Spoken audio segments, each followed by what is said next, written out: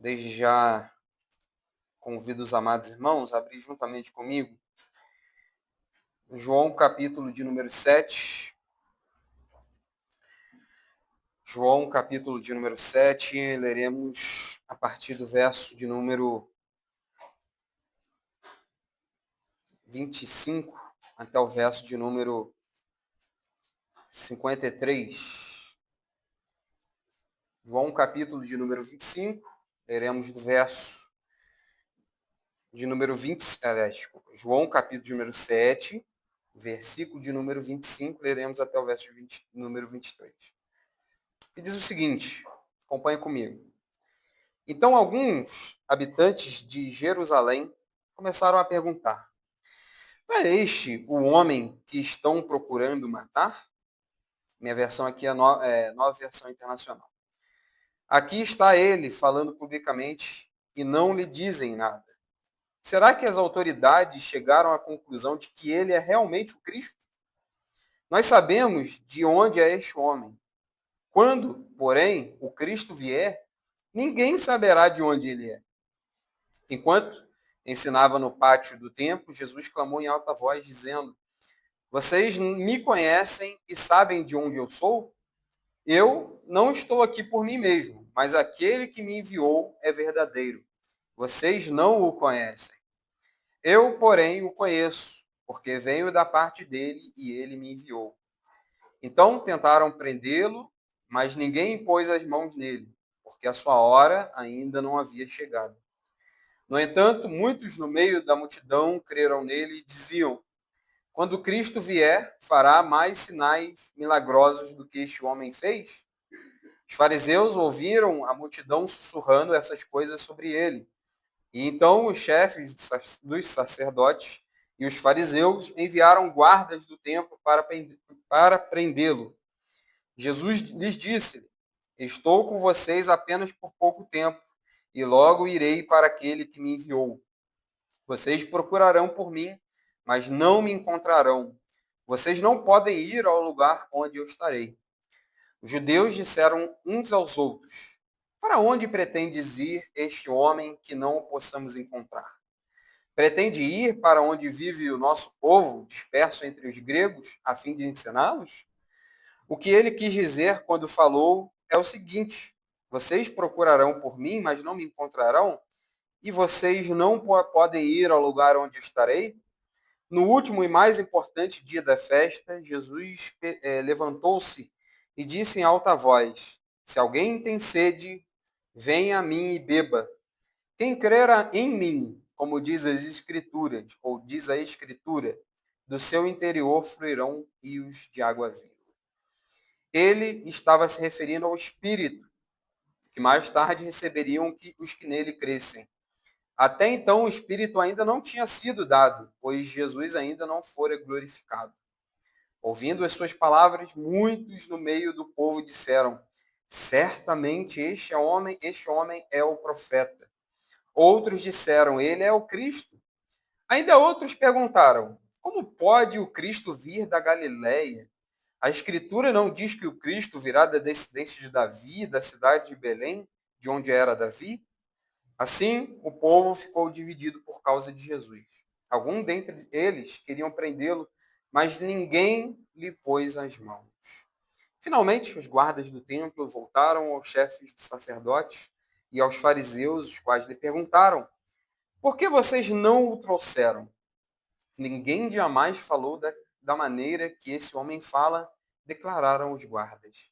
Será que vocês também não foram enganados? Perguntaram os fariseus. Por acaso alguém das autoridades ou dos fariseus creu nele? Não, mas esse ralé que nada entende da lei é maldito. Nicodemos, um deles, que anteriormente tinha procurado Jesus, perguntou-lhes: a nossa lei condena alguém sem primeiro ouvi-lo para saber o que tem feito? Eles responderam: você também é da Galileia? Verifique e descobrirá que da Galileia não surge profeta. Então cada um foi para a sua casa. A oração já foi feita, a leitura já foi também realizada. E aí a pergunta que nos fica, meus amados irmãos: o que nós estamos fazendo com a palavra? Essa pergunta é feita no livro chamado Vocação Perigosa, escrita por um autor chamado Paul Tripp. Eu indico esse livro, inclusive, aos amados irmãos. É um livro que faz uma exposição clara, objetiva, cirúrgica, especialmente para pastores e expositores das Escrituras. Mas esse livro, a cada momento que a gente lê, a gente descobre que esse livro não se trata somente de pastores. Não se trata somente de uma vocação pastoral, mas se trata de um processo, de algo, de um confronto para todo cristão. E permita-me fazer a história que o livro conta. Ele conta a história de um amigo chamado George, amigo pessoal de Tripp, que esse George é um amigo que ele é um cuidador de rosas.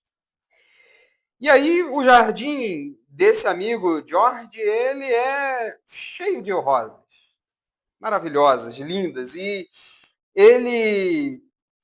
o seu jardim, inclusive, era o mais bonito, mais saudável da comunidade, com mais amplas variedades de rosas. Ele fez tudo o que era possível para podar, para proteger, para nutrir, alimentar aquelas roseiras. Ele gastava muito tempo da sua vida para poder cuidar daquelas rosas. Ele o fazia com perseverança, disciplina, de modo com que aquelas rosas pudessem, como eu disse, ser bem podadas, bem cuidadas, bem nutridas. E esse amigo de Paul Tripp, ele dizia que fazia isso porque amava rosas. Ele não se importava, inclusive, de levantar cedo, de ficar horas e horas da sua vida cuidando daquelas rosas, inclusive passando noites à frente ali, cuidando daquelas rosas. Inclusive, ele conhecia o nome de todos os sites que falavam de rosas. Ele gravava cada URL, cada endereço de sites, conheciam todos os proprietários de viveiros de rosas da região, mas chegou um período que ele acabou o seu trabalho, ele lava as suas mãos ali na pia da sua cozinha e ele nota o seguinte: ele passava horas e horas cuidando daquelas rosas, mas nunca contemplou aquelas rosas. Nunca admirou o trabalho de suas mãos. Nunca fixou ali os seus olhares ao contemplar aquele trabalho de cuidado com aquelas rosas. E na manhã seguinte, ele para aquele tempo, ao invés de podar, nutrir, cuidar, ele passa horas do seu dia contemplando. E ele percebe que tem uma beleza naquelas rosas. Existe algo bonito naquelas rosas. Ele começa a ver a curvatura das rosas.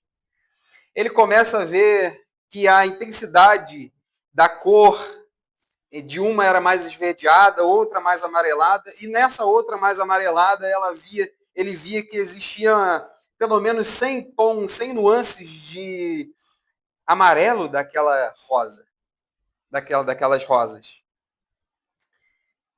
Ele, inclusive, via e percebia cada inseto que pousava naquelas rosas. Ele verifica os caules, os galhos, enfim, ele verifica todos os detalhes daquela rosa através da contemplação. O livro termina nessa parte, contando a história e nos chamando a atenção de dizer o seguinte: verifique que ele nunca tensionou que aquelas rosas ou roseiras fossem um fim em si mesmas. Não, aquelas roseiras é uma forma planejada para ser um meio para um determinado fim. A glória das roseiras não é a glória final. Toda a criação tem o objetivo de ser um dedo apontando para a glória última, a única glória que pode satisfazer o coração humano, a glória de Deus. Da mesma forma, meus amados irmãos, é a nossa vida. Nós conhecemos teologia, nós somos bons teólogos. Nós, presbiterianos, conhecemos a doutrina da graça. A teologia está na nossa mente. Mas temos que tomar cuidado para não trazer a rosa como um fim em si mesmo.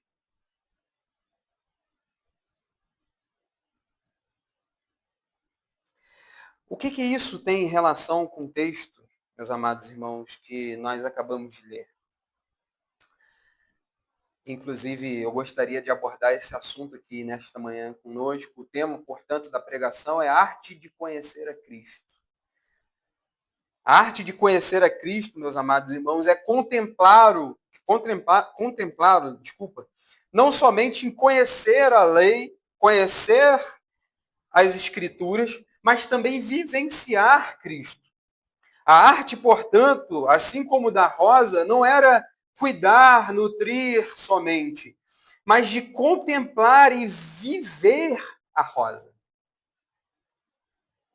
Assim como a curvatura e as ondas das rosas demonstram a sua beleza, conhecer Cristo também o é. E o Evangelho de João nós vimos, assim como os demais evangelhos, ele tem um olhar sobre a deidade de Cristo, sua divindade, Cristo como Messias prometido, Salvador de todas as coisas, não somente para João aqui nesse evangelho, mas como todas as escrituras, ele é sempre da primeira palavrinha até a última, o Senhor das Escrituras, o Messias prometido, aquele que veio para nos salvar e resgatar a nossa vida. Portanto, meus amados irmãos, como eu disse, o tema hoje da nossa exposição é a arte de conhecer a Cristo. E através de 3 verdades, precisamos conhecer a Cristo e contemplá-lo, como temos aqui comentado em todas essas exposições. Então, através de 3 verdades, eu gostaria de conversar com os amados irmãos. Primeiro, nós precisamos entender a procedência de Cristo. Isso é tão notório dos versos 25 ao 29, como também nós devemos entender que Deus é um Deus providente. Cristo é um Deus providente. Através dos versos de número 30 até os versos de número 36, nós vimos isso. E nós precisamos entender também a essência de Cristo, através dos versos 37 até ao verso de número 53. Sobre o primeiro tópico, a primeira verdade, a verdade como Cristo qual que é a procedência de Cristo? Essa foi a discussão dos judeus aqui nesse corpo de texto. Nós vimos aqui que agora o clímax da história aqui de João, é que alguns procuravam matar Cristo. E a pergunta que se faz é por quê? Né?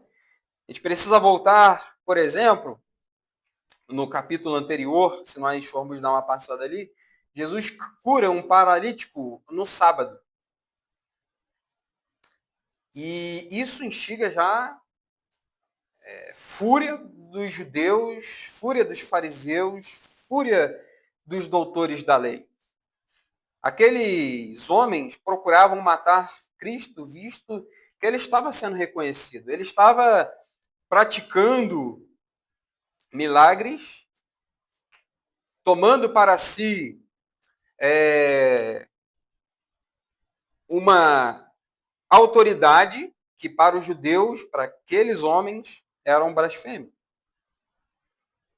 Eles tinham até uma percepção de que eles poderiam conhecer a Cristo. Eles aqui relatam, olha, eu conheço esse homem. Esse homem morou ali na rua X, filho de carpinteiro, como nós já vimos aqui.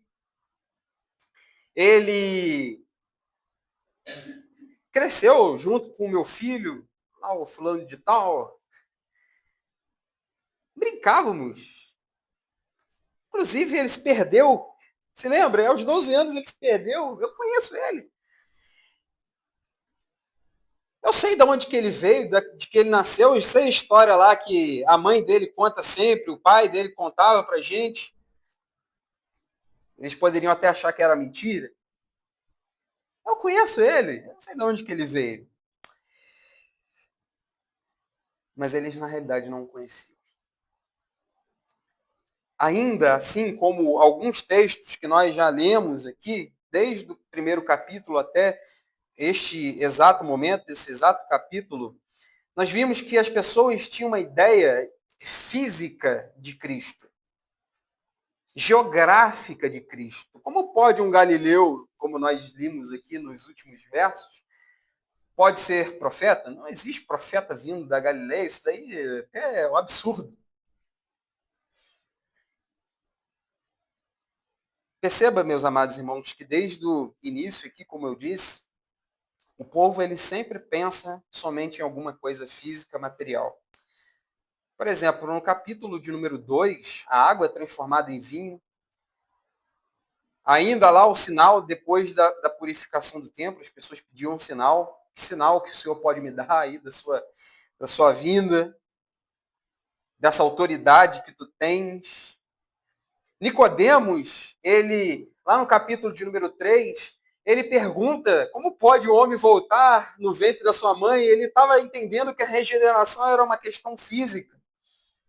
O status de Cristo, no capítulo de número 4, quando pergunta ao João Batista, tá vendo? Ó, tem mais seguidores, mais pessoas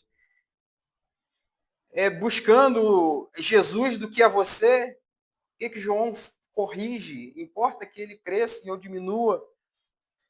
A ideia de Cristo não é ganhar likes e nem compartilhamentos. A ideia de Cristo é que pessoas se rendam aos seus pés. No capítulo de número 4 ainda, a mulher pensava que Jesus, ao tomar que era água, aquela água seria uma água literal, física. E Jesus diz que se ela beber dessa água, nunca mais terá sede. Assim como também ela diz que o lugar de adoração deveria ser um lado geográfico.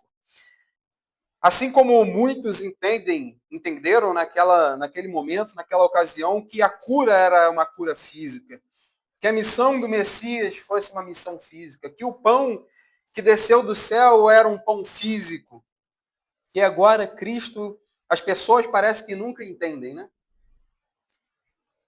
Eu estou convicto, meus amados irmãos, de que o ser humano, ele é um ser humano de coisas físicas. No catolicismo, por exemplo, a necessidade de se ter uma imagem parada. No espiritismo, a necessidade de praticar boas obras.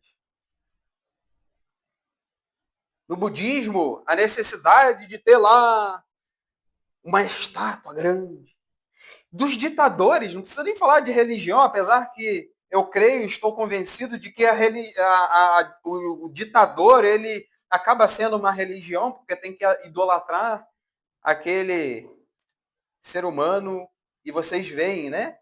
Olha como tanto nós somos físicos, estamos na era aqui da política, no ano da política, as pessoas usam uma camisa com o seu político de estimação. Como o ser humano, meus amados irmãos, é físico.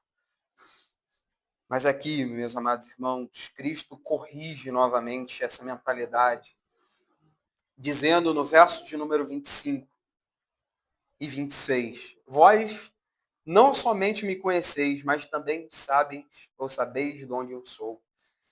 E não vim porque eu de mim mesmo o quisesse, mas aquele que me enviou é verdadeiro, aquele a quem vós não conheceis. Eu o conheço, porque eu venho da parte dele e fui por ele enviado. Portanto, aqui Cristo está falando, eu não sou É claro, eu encarnei, mas eu não sou daqui. Eu não sou deste mundo. A minha procedência não é uma procedência geográfica. Cristo excede todas as questões geográficas. Ele veio do céu, ele veio do Pai. Portanto, o povo ele sabia que vinha da Galileia. Ele sabia que vinha daquela cidadezinha que era rejeitada por todos. E isso poderia até ser um conflito com a sua identidade. Aqui Cristo fala que a procedência é do céu. Ele veio da parte de Deus, ele é o próprio Deus, ele é o Messias prometido, como nós falamos mais cedo aqui na aula de EBD.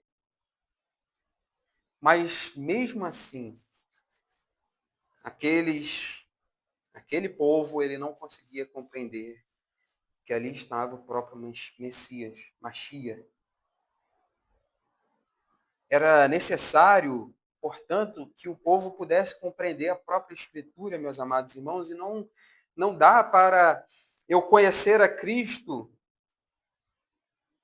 só de ouvir falar. Era o que Jó, ele pronunciou lá no finalzinho do capítulo. Antes, eu só ouvia, eu conhecia só de ouvir falar. Mas agora eu te vejo face a face. Agora eu te vejo.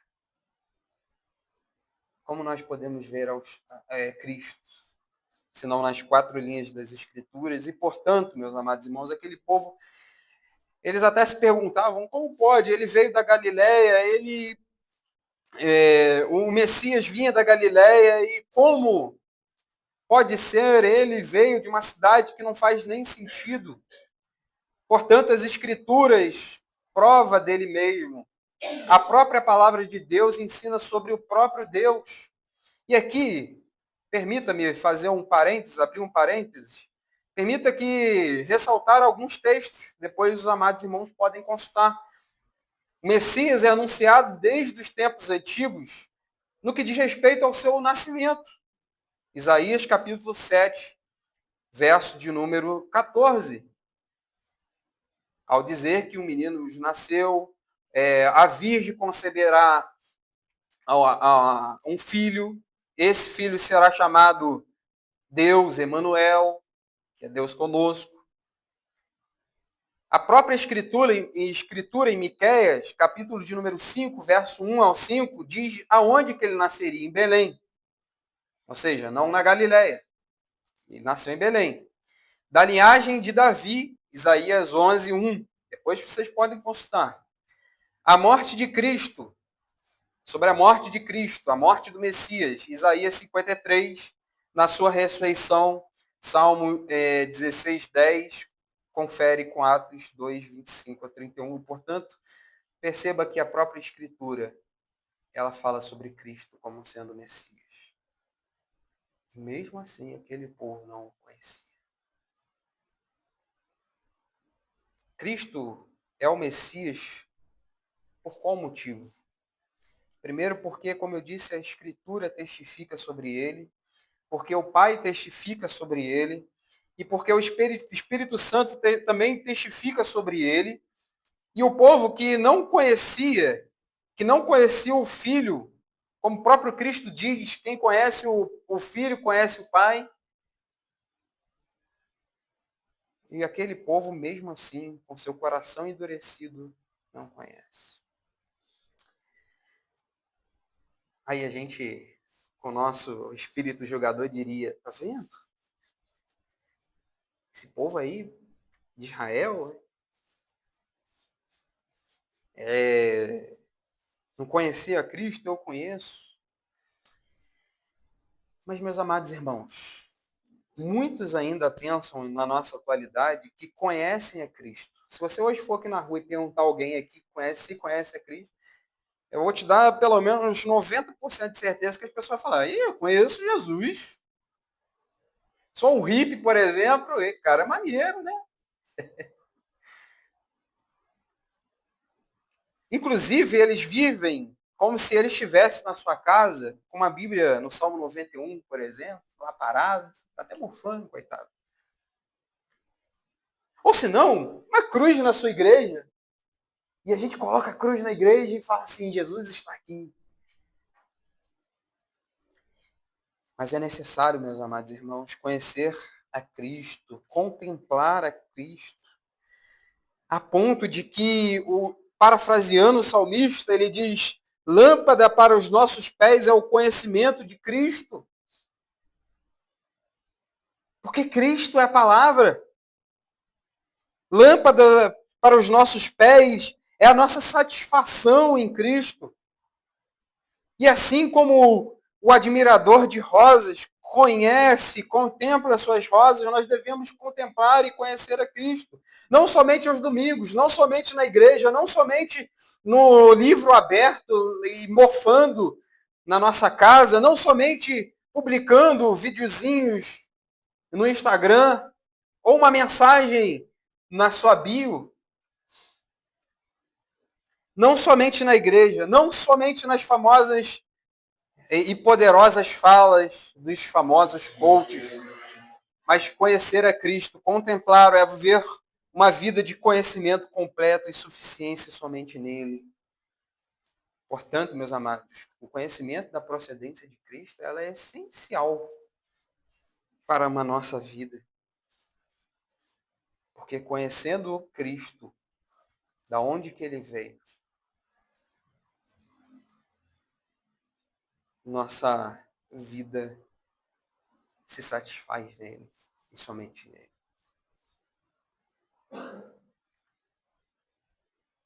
E não somente isso, meus amados irmãos. Nós devemos conhecer que ele é um Deus. Quem ele é? Ele é um Deus providente. Segunda verdade que precisamos compreender na arte de poder conhecer a Cristo é conhecer quem ele é. E antes, meus amados irmãos, de nós vermos como Cristo tem esse título de Deus providente, permita-me fazer a leitura do que nossa confissão diz sobre o que é providência. Ela vai dizer o seguinte: pela muita sábia e santa providência, segundo a sua infalível presciência e o livre e imutável conselho da sua própria vontade, Deus, o grande Criador de todas as coisas, para o louvor da glória de sua sabedoria, poder, justiça, bondade e misericórdia, sustenta, dirige, dispõe e governa todas as criaturas, todas as ações delas e todas as coisas, desde a maior até a menor. Ou seja, a confissão de fé de Westminster, o que ela está dizendo aqui? A providência é o governo e a preservação contínua que Deus faz de toda a sua criação. Ele dirige, dispõe e sustenta todas as coisas, desde as menores até as maiores, agindo em conjunto com causas naturais ou até sem elas, para cumprir o seu propósito e glória. Portanto, meus amados irmãos, a providência, Deus é um Deus providente. Como nós estávamos conversando pela manhã, isso não pode separar de outros seus atributos. Vocês perceberam aqui que, na leitura, Deus é providente porque ele conhece, porque ele é santo, porque ele é justo, porque ele é amoroso, porque ele é criador. Portanto, meus amados irmãos, o que esse evangelicalismo de hoje em dia perece, porque muitos evangélicos, ou ditos evangélicos, perecem, é porque não conhecem a Cristo. É porque não querem sentar e contemplar as belas rosas das linhas das Escrituras.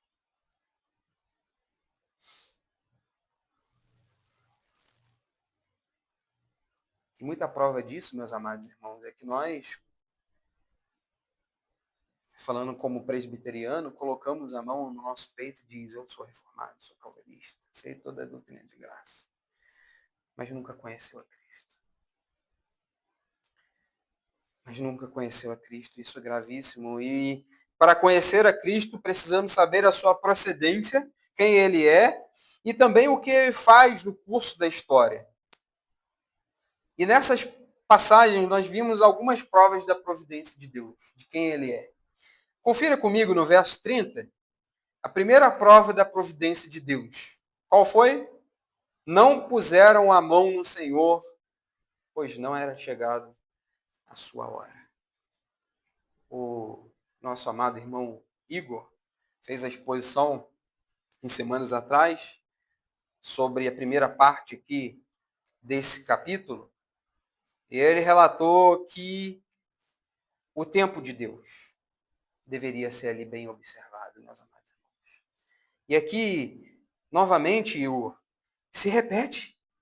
Não é chegado a sua hora, não é chegado a hora de Cristo padecer, de ser entregue, não é chegado a hora dele ser entregue ali aos principais sacerdotes. Não era a hora, porque Deus é um Deus providente, Deus sabe o tempo correto das coisas. A prova disso, em Eclesiastes, capítulo de número 3, ele diz que todas as coisas têm o seu tempo destinado, determinado, todas elas. O Salmo de número 139, ele vai dizer que ele sabe o nosso tempo, ele nos teceu no ventre da nossa mãe. Todos os dias foram contados como se fosse a uma só situação. Deus conhece o tempo correto das coisas. E aí eu faço a pergunta que nosso amado irmão fez: o que nós temos feito com o nosso tempo, meu Deus do céu?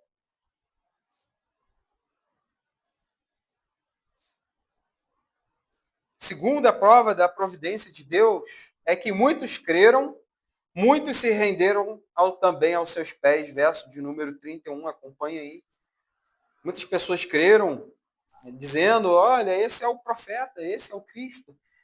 Portanto, meus amados irmãos, o conhecimento de Deus também, ou conhecer a Deus, ele também se refere a quem também nós somos. Aqueles homens não puderam crer por si só. Portanto, foi necessário que Cristo mostrasse a sua verdadeira procedência. A procedência dele é dos céus. Então, portanto, a salvação é dele, a fé é dele. É ele quem faz, é ele quem não faz. É ele quem dá o Espírito para quem ele quer. É ele quem promete, é ele quem realiza. É ele quem dita as regras de como é, e não nós. Por que o Senhor não faz desse jeito? Lá em Romanos, capítulo de número 11, verso de número 31, ele vai dizer quem foi o seu conselheiro. E perceba que é a mesma frase que Deus fala para Jó. Porventura você pode me dar conselhos de como eu faço isso ou aquilo? Muitos creram, meus amados irmãos, muitos se renderam aos pés de Cristo, mas muitos também endureceram o seu coração. Deus, portanto, é providente na criação, no curso da história, nos mínimos detalhes, nos maiores detalhes, na salvação e também, confira aí do verso 33 a 34, também na sua glorificação. Ele diz: vocês não me conhecem, vocês não podem ir de onde eu irei. Vou ler aqui para comentar ipsilíteres.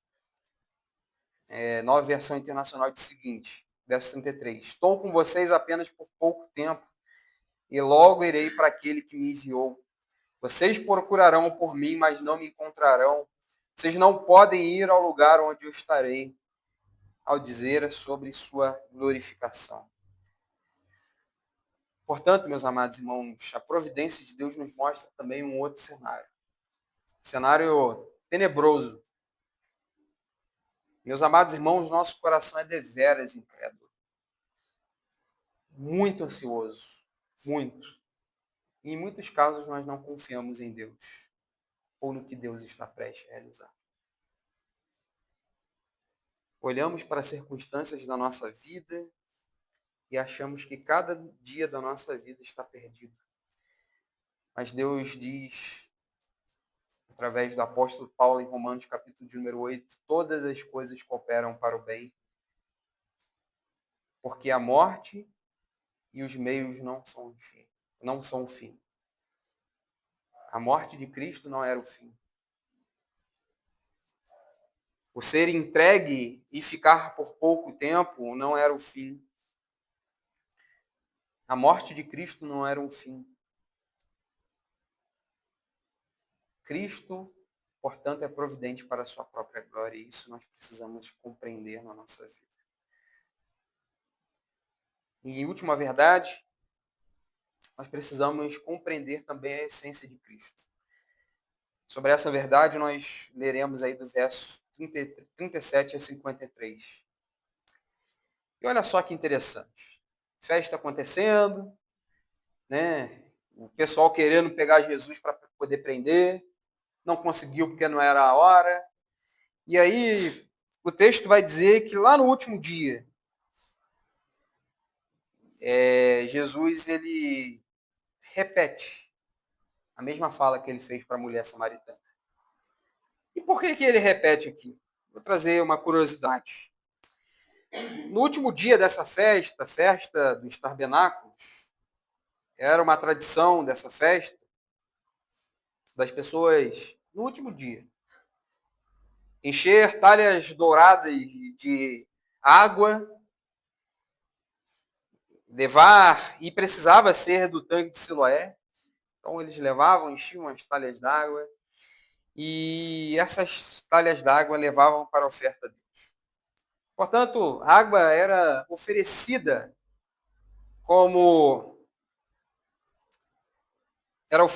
a Deus na hora do sacrifício. O sacrifício que também era costume de se poder utilizar. E depois disso, essas águas depois eram levadas também nas festas, e ali se tomavam vinhos, comiam-se bebidas, e portanto o vinho e a água era derramada em uma outra vasilha agora de prata. Portanto, meus amados irmãos,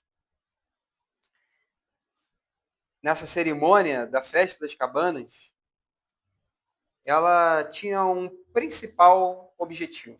Aquela oferta dessas águas eram ofertas dedicadas para agradecer a Deus acerca da provisão, principalmente no deserto. Vocês sabem muito bem que a festa dos tabernáculos é uma festa que faz uma dedicação de memorial para os tabernáculos que o povo montava ali naquele momento de deserto, né? E Jesus ele se utiliza dessa imagem, assim como ele se utilizou dessa imagem para a mulher naquele poço. Você pode pegar a água do poço para mim? E ele começa a explicar coisas espirituais para aquela mulher. Da mesma forma que Cristo, ele explica coisas espirituais acerca daquele movimento que estava sendo feito naquele último dia de festa. No clímax aqui da festa, Cristo ele retorna a mesma fala que ele disse para a mulher samaritana. Eu sou a fonte de água viva. Venha até mim e beba. Venha até mim e usufrua dessa água. Eu sou a fonte de água viva.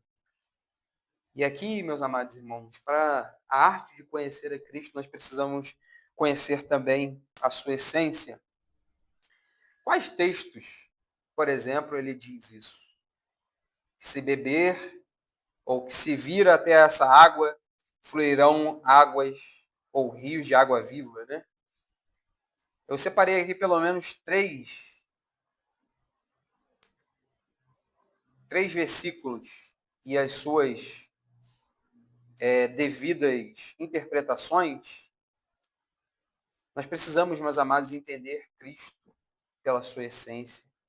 Verso de número 3 do capítulo 12 de Isaías, ele vai dizer, ele é a água da salvação. Quem tomar a água, ou os povos tomarem a água, ele é a água da salvação. Em Ezequiel 47:1, Jesus é a água que purifica, a água purificadora.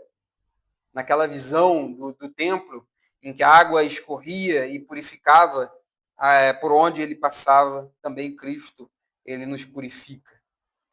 E em Isaías 55:1, Ele é a fonte da vida espiritual. E como nós falamos mais cedo, nós precisamos entender que Cristo é nosso rei, profeta e sacerdote. Nós não podemos desassociar esses ofícios de Cristo em nossas vidas. Cristo é o rei que reina não somente espiritualmente, mas ele está reinando não só nos nossos corações, mas ele reina, governa todas as coisas. O cosmo, ele está reinando. Nenhuma vírgula ou nenhuma porcentagem sequer da gravidade é comandada por Deus, ou é deixada de ser comandada, melhor falando, por Deus. E aí, o questionamento ainda fica, né? Para aquele povo. Acompanha aí dos versos 40 e 44. Seria ele o profeta? Seria ele o que foi relatado nos Salmos, Salmo de número 2? Seria ele o sacerdote que é segundo a ordem de Melquisedeque? E o povo se perguntava, será que ele é o Cristo? Será que ele é o Messias? E a pergunta vale para vocês, para mim. E para você, quem é Cristo? Quem é Cristo para você?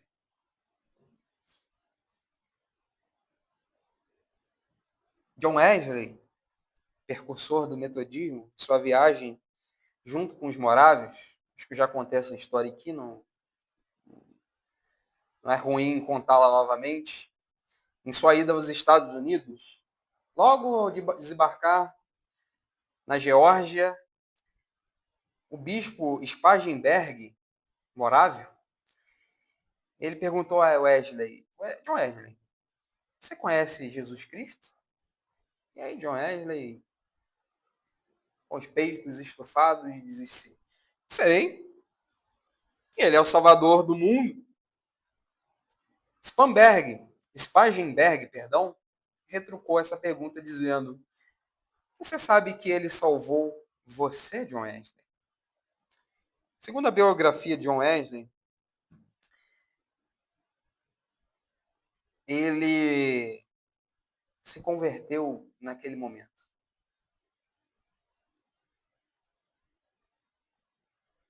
Perceba, meus amados irmãos, uma coisa é você dizer que Jesus salva todo mundo.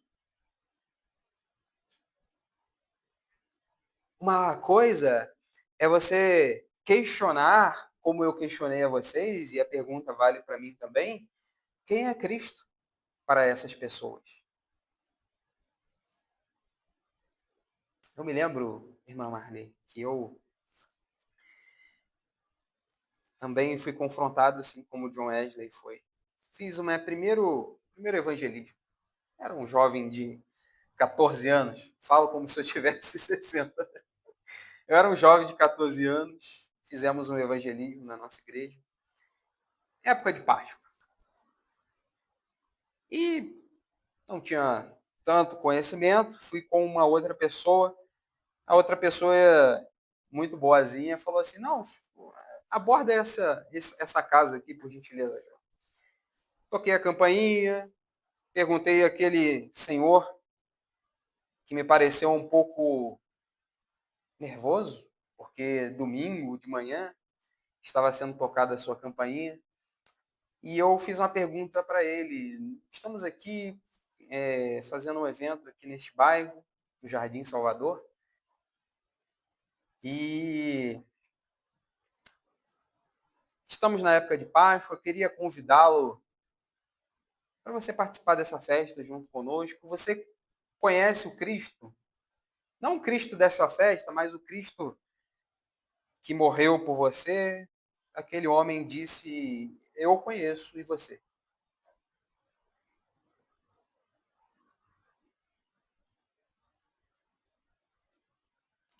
Eu não tive resposta nenhuma. 14 anos, não tive resposta nenhuma. O outro irmão abordou com outra tonalidade. Mas vocês, meus amados irmãos, conhecem mesmo a Cristo? Vocês buscam contemplar a Cristo? Você busca olhar para a Escritura com forma vívida e com olhar fito? Vocês vivem Cristo, ou nós vivemos Cristo, de uma forma física, sentando aqui no banco, como se fosse mais um domingo, mais um momento, mais uma realidade, mais um dia do Senhor. E vamos voltar para casa, assistir o jogo do Brasil contra a Noruega, e o nosso domingo vai ser o mesmo.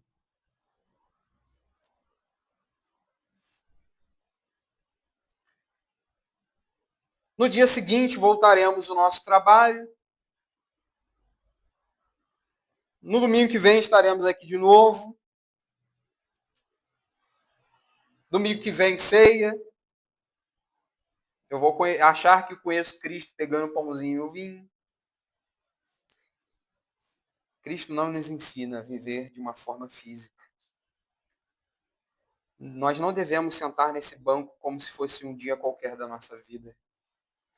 Nós não deveríamos viver o cristianismo de uma forma superficial, mas se encher do Espírito Santo. Não deixe, não fique, não permaneça como aquele povo permaneceu. Busque conhecer a Cristo, meus amados irmãos.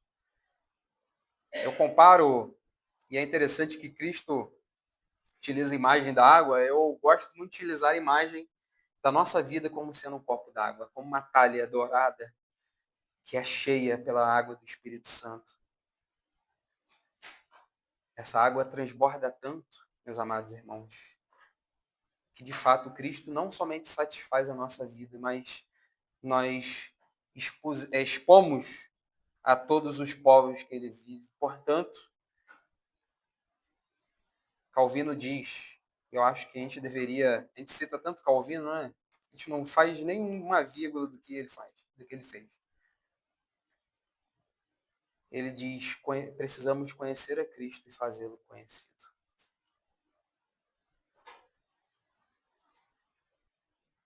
Para finalizar, meus amados irmãos, acho que é a primeira exposição que eu faço para não passar de perdido.